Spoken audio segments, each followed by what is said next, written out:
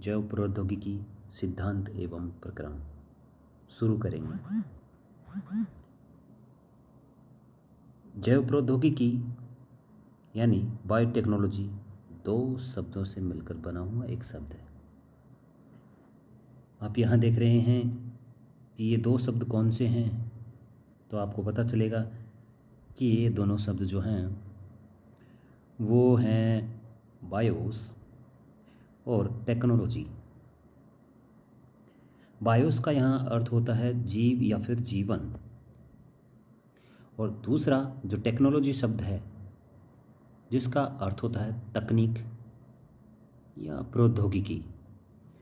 यदि हम बायोस शब्द की तरफ नज़र डालें तो हमें कक्षा 11 में पढ़ी हुई पंच जगत अवधारणा रॉबर्ट व्हिटेकर की याद आ जाती है। और जिसमें पहला जगत है मोनेरा, जिसके अंदर बैक्टीरिया, आर्कीबैक्टीरिया, माइकोप्लाज्मा, प्रोटिस्टा जगत, फंजाई, प्लांटी, एनिमेलिया, इन सब के अंदर पांचों जगतों के अंदर जितने भी प्रकार के जीव आ जाते हैं उनको यहाँ पे लिया गया है। दूसरा जो शब्द है टेक्नोलॉजी। जैसे ही यह नाम आता है हमारे सामने तो हम मशीनी कलपुर्जों के बारे में सोचने लग जाते हैं। यही तो तकनीक है, जिस तकनीक के सहारे आप मुझे सुन पा रहे हैं, देख पा रहे हैं, ये तकनीक का हिस्सा है। और वर्तमान समय की टेक्नोलॉजी तो बहुत ही अद्भुत है और ये निरंतर प्रोग्रेसिव रहेगी, ये हमें पता है। तो इन दोनों शब्दों को जोड़ा गया है और बायोटेक्नोलॉजी शब्द बनाया गया है। इसका गठन हुआ इस प्रकार से। अब बात आती है कि इस शब्द का गठन किन्होंने किया।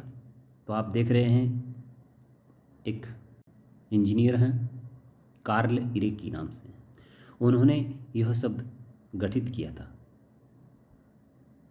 कार्ल इरेकी नाम के इंजीनियर ने बायोटेक्नोलॉजी शब्द को गठित किया। अब बात आती है कि बायोटेक्नोलॉजी की परिभाषा क्या है। तो यहाँ पर दो परिभाषाएं आप देख पा रहे होंगे। पहली परिभाषा है कि बायोटेक्नोलॉजी एक ऐसी विधि है जिसमें मानव कल्याण के लिए, बायोटेक्नोलॉजी में एक बात का विशेष ध्यान रखा जाता है कि इसका यूज़ हमेशा मानव कल्याण के लिए होगा। तो एक ऐसी विधि जिसमें मानव कल्याण के लिए विभिन्न उपयोगी पदार्थों का निर्माण किया जाएगा। लेकिन उन उपयोगी पदार्थों का निर्माण होगा कहाँ पर? औद्योगिक प्रक्रमों द्वारा ही होगा। वहाँ इंडस्ट्रीज़ के अंदर ये काम होगा। किन की हेल्प से होगा? सूक्ष्म जीवों, जंतुओं और पादप कोशिकाओं। यहाँ पर बात आ रखी है सारे के सारे ये जीव हैं। आपने ऊपर देखा कि बायोटेक्नोलॉजी दो शब्दों से मिलकर बना हुआ है, बायोस प्लस टेक्नोलॉजी। तो उसमें बायोस, यहाँ पे बायोस बता रहे हैं और ये टेक्नोलॉजी है हमारी। अगर हम इस परिभाषा को थोड़ा विपरीत क्रम में पढ़ें तो सूक्ष्म जीवों, जंतुओं और पादप कोशिकाओं, सूक्ष्म जीवों, जंतुओं और पादप कोशिकाओं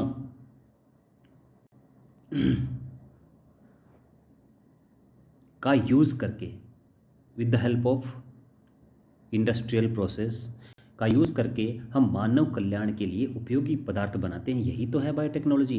यानी कि एक ऐसी विधि जिसमें मानव कल्याण के लिए विभिन्न उपयोगी पदार्थों का निर्माण औद्योगिक प्रक्रमों में सूक्ष्म जीवों, जंतुओं एवं पादप कोशिकाओं से किया जाता है। यानी कि इन जीवों का उपयोग करके हम मानव कल्याण के लिए उपयोगी पदार्थों का निर्माण करते हैं। और किसके द्वारा?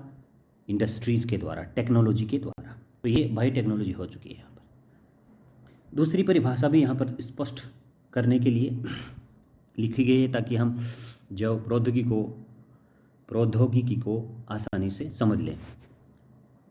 दूसरी परिभाषा है जीवधारियों।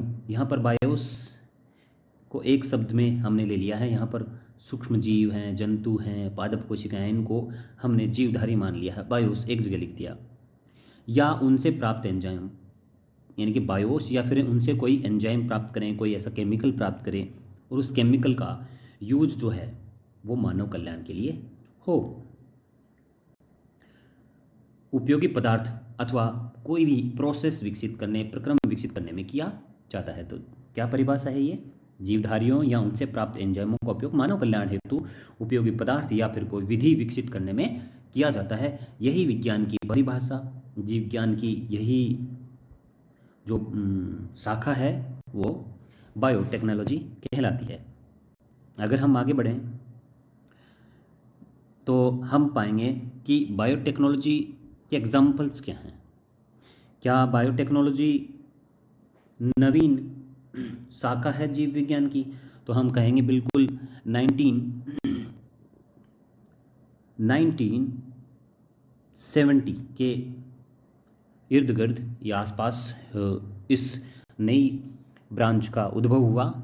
लेकिन अगर बात की जाए तो ये जो ब्रांच है वो काफ़ी पुरानी है, कई हज़ार साल पुरानी है, लेकिन इसका हमें ज्ञान नहीं था कि असल में बायोटेक्नोलॉजी यहाँ हो रही है। तो देखिए, डबल रोटी जो काफ़ी सालों से बनाई जा रही है पूरे विश्व में, शराब का उद्योग, सिरके का निर्माण, एसिटिक एसिड का निर्माण, ये काफ़ी प्राचीन एग्जाम्पल्स हैं जो ये बताते हैं कि बायोटेक्नोलॉजी पहले भी थी, लेकिन हमें विस्तृत उसका ज्ञान नहीं था, जो कि 1970 में हमारे पास आया और उत्तरोत्तर अभी लगातार बढ़ रहा है। इसी प्रकार से कार्बनिक अम्ल जैसे कोई भी सिट्रिक एसिड है, ये कार्बनिक अम्ल की श्रेणी में आते हैं। एसिटिक एसिड है, ब्यूटायरिक एसिड है, तो इनका प्रोडक्शन मानव कल्याण के लिए खूब सारा होता है वर्तमान समय में भी। इसी प्रकार से एंटीबायोटिक्स का फॉर्मेशन करना, तो हम विभिन्न प्रकार के सूक्ष्म जीवों की मदद से प्रतिजैविक औषधियों का निर्माण करते हैं और करते आ रहे हैं। पात्र निषेचन, in vitro fertilisation, test tube baby, ये जीन संश्लेषण, डीएनए टीके का निर्माण, वर्तमान समय में डीएनए टीके का निर्माण जो है वो बायोटेक्नोलॉजी का एक अच्छा एग्जाम्पल है। इसी प्रकार से जीन थेरेपी जो दोषयुक्त जीन में सुधार करने की एक तकनीक है जिससे आनुवांशिक रोगों का इलाज किया जाता है, ये भी बायोटेक्नोलॉजी का अच्छा एग्जाम्पल है। अगर हम एक और बिंदु की तरफ देखें, जेनेटिकली मॉडिफाइड जीवों का उत्पादन, जेनेटिकली मॉडिफाइड ऑर्गेनिज्म का प्रोडक्शन करना, इस अध्याय में और इससे अगले अध्याय में आपको genetically modified animals, genetically modified plants, bacteria, इनके प्रोडक्शन के बारे में बताया गया है और इनका क्या उपयोग है यह बताया गया है। हम रोगों के अध्ययन के लिए जेनेटिकली मॉडिफाइड प्लांट्स, एनिमल्स ये बनाते हैं और कुछ डिजीज़ को ठीक करने के लिए दवाइयों का उत्पादन भी हम जेनेटिकली मॉडिफाइड एनिमल्स से करते हैं, प्लांट्स से करते हैं। इसी प्रकार से एक सोया सॉस, टोस्ट, पनीर, तरह तरह के पनीर, चीज़, ये भी बायोटेक्नोलॉजी की मदद से बनाए गए हैं और वर्तमान समय में बनाए जाते हैं।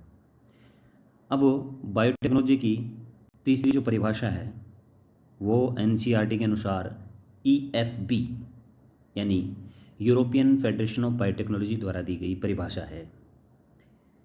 इस परिभाषा के अनुसार क्या कहा गया है? नए उत्पाद, तो ध्यान रखें कि नए जो उत्पाद हैं और जो सेवाएं हैं वो मानव कल्याण के लिए हैं। जो भी आपने ऊपर अच्छे अच्छे नए उत्पाद पढ़े, जैसे कि एंटीबायोटिक्स है और सोया सॉस है, टोस्ट है, ब्रेड है और डीएनए वैक्सीन्स हैं और अन्य ऑर्गेनिक एसिड्स हैं, बहुत सारे ऐसे प्रोडक्ट हैं, साइक्लोस्पोरिन ए है, तरह तरह के हम सूक्ष्म जीवों का उपयोग करके भिन्न भिन्न प्रकार के उत्पाद मानव कल्याण के लिए यूज़ करते हैं, बनाते हैं। तो नए उत्पादों और सेवाओं के लिए प्राकृतिक विज्ञान, वही सूक्ष्म जीव हो गए, जिन बायोज़ की हम बात कर रहे हैं वही, यानी कि नेचर का यूज़ करते हैं हम। तो प्राकृतिक विज्ञान और जीव कोशिकाओं व इनके अंगों का आणविक अनुरूपों का समायोजन ही बायोटेक्नोलॉजी है। क्या कहा गया है यहाँ पर कि नए उत्पादों और सेवाओं के लिए हम किसके लिए किन का यूज़ करते हैं? हम नए उत्पादों और सेवाओं के लिए प्राकृतिक विज्ञान, जीवों, कोशिकाओं और उनके अंगों और आणविक अनुरूपों का समायोजन करके हम नए उत्पाद और सेवाएं प्राप्त करते हैं। तो यहाँ तक कि हम देख कर क्या है कि 3 परिभाषाएं यहाँ पर दी गई हैं और तीनों का बस भाषाई आधार पे वो अलग हैं, लेकिन परिभाषाएं सभी एक ही अर्थ की ओर हमें ले जाती हैं। अब आगे है कि बायोटेक्नोलॉजी में डीएनए की आणविक संरचना बदली जा सकती है। बायोटेक्नोलॉजी हमेशा डीएनए में मैनिपुलेशन करती है। ये जीव विज्ञान की वो शाखा है जो डीएनए में, जीवों के डीएनए में मैनिपुलेट करके और नए जीनोटाइप बनाती है और उन जीनोटाइप से फिनोटाइप लक्षण प्राप्त करती है। तो कुछ अच्छा करने के लिए हम डीएनए में हेरफेर करते हैं और बायोटेक्नोलॉजी में यही किया जाता है। बायोटेक्नोलॉजी में डीएनए की आणविक संरचना बदली जा सकती है।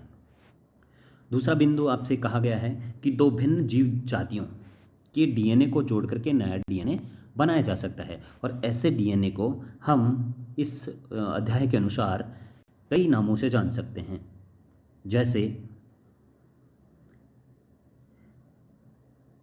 काइमेरिक डीएनए, हाइब्रिड डीएनए यानी कि संकर डीएनए और recombinant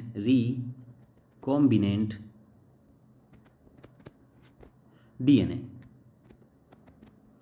recombinant DNA, hybrid DNA और काइमेरिक डीएनए, हम ऐसे कुछ नाम दिए गए हैं जो 2 भिन्न जातियों के डीएनए को जोड़कर जो भी डीएनए बनाया जाता है बायोटेक्नोलॉजी में, उसे हम chimeric DNA, hybrid DNA, recombinant DNA कह सकते हैं। और इससे दोनों ही जातियों के लक्षण जो हैं वो एक डीएनए में समाहित हो जाते हैं। पुनर्योगज डीएनए 2 भिन्न जातियों के डीएनए को जोड़कर बनाया जाता है। तो अभी बात आई है जिसको मैंने रिकॉम्बिनेंट डीएनए कहा है, वो हिंदी में है पुनर्योगज डीएनए। पुनर्योगज डीएनए 2 भिन्न जातियों के डीएनए को जोड़कर बनाया जाता है। सबसे पहला प्रयास रिकॉम्बिनेंट डीएनए बनाने का पहला प्रयास जो है मिस्टर पॉल बर्ग द्वारा किया गया।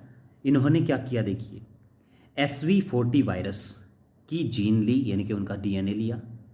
SV40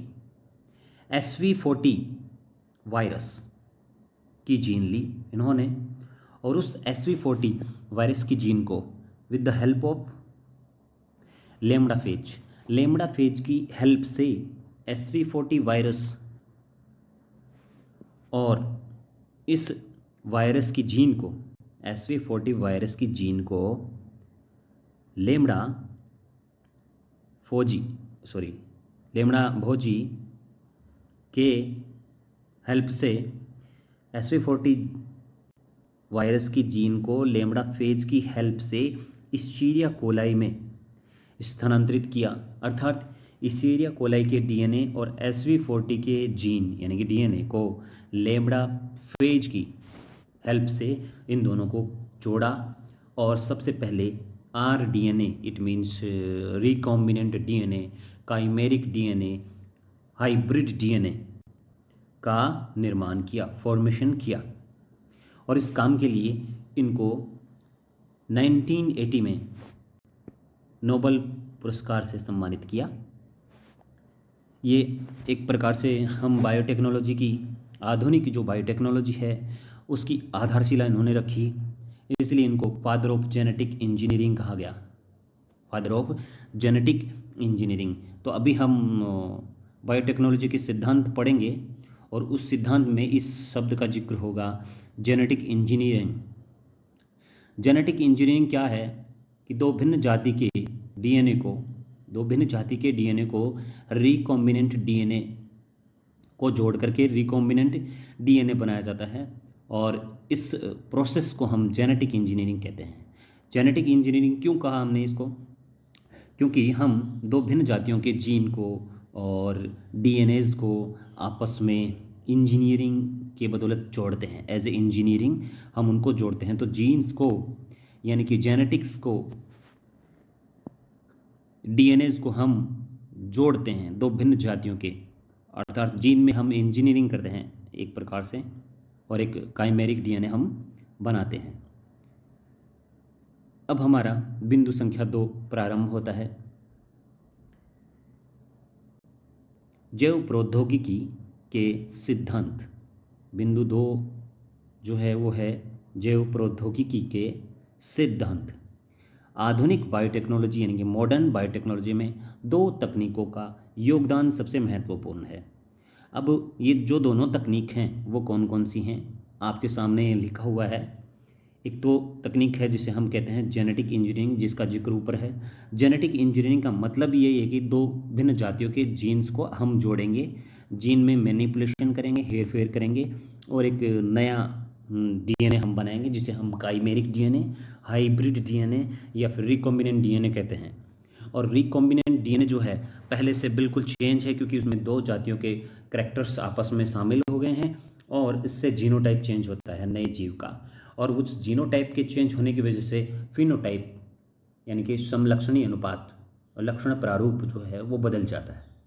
तो यहाँ स्पष्ट है कि इस तकनीक द्वारा आधुनिक पदार्थों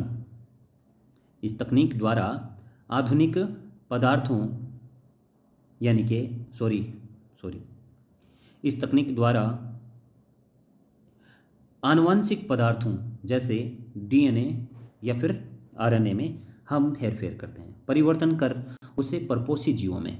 तो आनुवंशिक पदार्थों यानी कि डीएनए या फिर आरएनएज में चेंज करके हम उसको परपोषी जीव में यानी कि एक होस्ट जीव के अंदर, एक होस्ट सेल में प्रवेश करा करके हम उसका जीनोटाइप चेंज करते हैं, और जीनोटाइप चेंज होने की वजह से उसका फिनोटाइप भी चेंज हो जाता है। यानी कि जिस होस्ट के अंदर हमने चेंज्ड डीएनए डाला है वो डीएनए उस होस्ट के अंदर जा कर के एक्सप्रेस होता है। जो डीएनए हमने होस्ट में डाला है, डीएनए को ट्रांसफ़र किया है हमने होस्ट में, तो ये जो डीएनए है वो इस होस्ट में पहुंच कर के एक्सप्रेस होगा और एक अपना वर्क करेगा, एक एंजाइम बनाएगा, प्रोटीन बनाएगा, जो भी इसका कार्य है निर्धारित, जो पहले से हमें पता होता है। ये जो डीएनए होता है वो डिज़ायर्ड डीएनए होता है, एक विशिष्ट कार्य ये संपादित करता है। इस वजह से इस होस्ट का जो जीनोटाइप है वो बदल जाएगा, क्योंकि ये जीन हम उसमें नया डाल रहे हैं, तो जीनोटाइप बदलेगा, और जीनोटाइप बदलने से फिनोटाइप भी बदल जाता है। तो यहाँ क्या बात निकल कर के आई कि इस तकनीक द्वारा आनुवंशिक पदार्थों जैसे कि डीएनए है, आरएनए में परिवर्तन करके उसे परपोषी जीवों में प्रवेश करा करके उसके सम लक्षणों में परिवर्तन करते हैं। यहाँ स्पष्ट लिखा हुआ है कि इफ़ जीनोटाइप चेंज्ड, यदि जीनोटाइप चेंज होता है तो बिल्कुल फिनोटाइप भी चेंज होगा। फादर ऑफ जेनेटिक इंजीनियरिंग पीछे वाले पेज में लिखा था मिस्टर पॉल बर्ग हैं, मिस्टर पॉल बर्ग। आप इसको याद कर सकते हैं कि जेनेटिक इंजीनियरिंग की आधारशिला यानी कि एक पॉल गाड़ने का काम मिस्टर पॉल बर्ग ने किया था। तो आप आसानी से इसको आधारशिला का एग्जाम्पल लेकर के, पॉल का एग्जाम्पल लेकर के याद भी कर सकते हैं।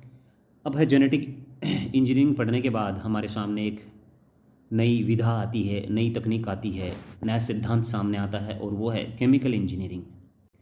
आपने अभी पीछे नंबर 1 पे जेनेटिक इंजीनियरिंग पढ़ी है, अब हमें पढ़ना है केमिकल इंजीनियरिंग। जेनेटिक इंजीनियरिंग को याद करेंगे तो उसमें आपने देखा कि डीएनए हम ट्रांसफ़र करते हैं एक होस्ट में, और होस्ट में डीएनए को जब हम होस्ट में ट्रांसफ़र करते हैं तो उस होस्ट का जीनोटाइप और फिनोटाइप चेंज हो जाता है, और यही है जेनेटिक इंजीनियरिंग। यानी कि यहाँ पर जीन की और डीएनए की बात होती है, तो डीएनए में हम क्या करते हैं, हेर फेर करते हैं, और उस वजह से किसी जीव का जीनोटाइप चेंज हो जाता है। अब ख़ास तौर पे अगर आपने जेनेटिक इंजीनियरिंग पढ़ ली है तो उसी का सहारा लेकर, जेनेटिक इंजीनियरिंग तो करनी ही है, उसी का सहारा लेकर के हम केमिकल इंजीनियरिंग की तरफ बढ़ेंगे। इसका अर्थ ये है कि सहारा लेना आपको पड़ेगा पहले जेनेटिक इंजीनियरिंग करनी पड़ेगी, फिर वो आपको रिजल्ट में केमिकल इंजीनियरिंग प्रोवाइड कराएगा। जैसे कि केमिकल इंजीनियरिंग क्या है बेटा? निर्जमीकृत वातावरण। कैसा वातावरण? निर्जमीकृत। इसका अर्थ होता है सूक्ष्म जीव रहित, कीटाणु रहित वातावरण बना करके। तो ये काम विशिष्ट प्रकार की लैब में होता है, लेबोरेटरी में होगा ये काम, जहाँ पर वातावरण जो होता है बिल्कुल निर्जमीकृत होता है। जैसा कि बड़े हॉस्पिटल्स में आईसीयू में होता है निर्जमीकृत वातावरण, तो ऐसा ही बिल्कुल यहाँ पर भी होगा। निर्जमीकृत वातावरण बनाकर केवल वांछित सूक्ष्म जीवों, देखिए क्या बनाया आपने, पहले निर्जमीकृत वातावरण बनाया और फिर वांछित सूक्ष्म जीव। वही बात तो वही आएगी बायोटेक्नोलॉजी में कि जीव इस्तेमाल करने हैं आपको। यूकैरियोटिक सेल्स आप ले सकते हो, को पोषक युक्त संवर्धन माध्यम पर वृद्धि करा करके। तो हम क्या करते हैं कि वांछित सूक्ष्म जीवों को, यूकैरियोटिक कोशिकाओं को पोषक युक्त संवर्धन माध्यम पर वृद्धि कराएंगे और अधिक मात्रा में बायोटेक्नोलॉजिकल प्रोडक्ट क्या प्राप्त करना है हमें? जेनेटिकल प्रोडक्ट यानी कि जैव प्रौद्योगिकी उत्पाद प्राप्त करते हैं। और ये जेनेटिकली मॉडिफाइड जो सूक्ष्म जीव हैं, इनसे हम ये ऐसा करते हैं। जैसे कि एंटीबायोटिक्स इंडस्ट्रीज़ है, वैक्सीन की अपनी इंडस्ट्रीज़ हैं, एंजाइम्स बनाने के लिए इंडस्ट्रीज़ हैं। तो इन तीनों को, ये तीनों के तीनों जो हैं वो एक प्रकार से रसायन हैं, अतः हमने यहाँ पर इसको रसायन अभियांत्रिकी नाम दिया है। तो केमिकल इंजीनियरिंग क्या है? निर्जमीकृत वातावरण बना करके केवल और केवल वांछित सूक्ष्म जीवों, यूकैरियोटिक कोशिकाओं को पोषक युक्त संवर्धन माध्यम पर वृद्धि कराते हैं। देखिए, पोषक युक्त संवर्धन माध्यम पर जब हम सूक्ष्म जीवों और यूकैरियोटिक कोशिकाओं को संवर्धित करते हैं तो उस दरमियान हमें निर्जमीकृत वातावरण की अति आवश्यकता होती है। अतः हम जब इनका पोषक युक्त संवर्धन माध्यम पर संवर्धन करते हैं तो ये वातावरण जरूरी होता है, और ऐसा करने पर हम उनकी वृद्धि कराएंगे पोषक माध्यम पर, और बदले में वो हमें बायोटेक्नोलॉजिकल प्रोडक्ट देंगे। जैसे कि केमिकल इंजीनियरिंग से हमें क्या क्या प्राप्त होता है? एंटीबायोटिक्स प्राप्त होते हैं, डीएनए वैक्सीन हमें प्राप्त हो सकते हैं, और एंजाइम्स प्राप्त हो सकते हैं। तो ये दो सिद्धांत हमारे सिलेबस में हैं, आप याद रखें। अब बात आती है कि ये जो जेनेटिक इंजीनियरिंग है, इसकी शुरुआत कैसे और कब हुई? आनुवंशिक अभियांत्रिकी का विकास।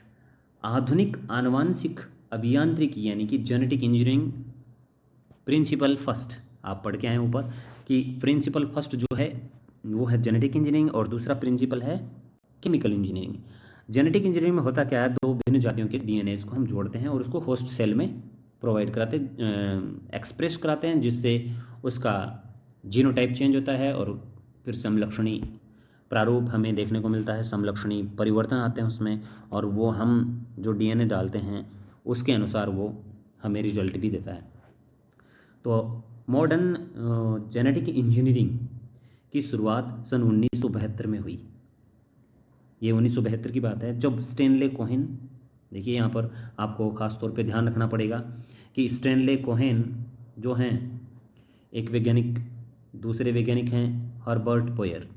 स्टैनले कोहेन एवं हर्बर्ट बोयर नाम के इन दोनों वैज्ञानिकों ने जेनेटिक इंजीनियरिंग की आधारशिला रखी।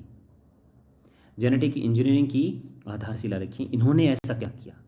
इन्होंने REN यानी कि restriction endonuclease, R for restriction, E for endo, N for nuclease का उपयोग करके, अब आप पूछेंगे कि ये रेस्ट्रिक्शन एंडोन्यूक्लिएज क्या है?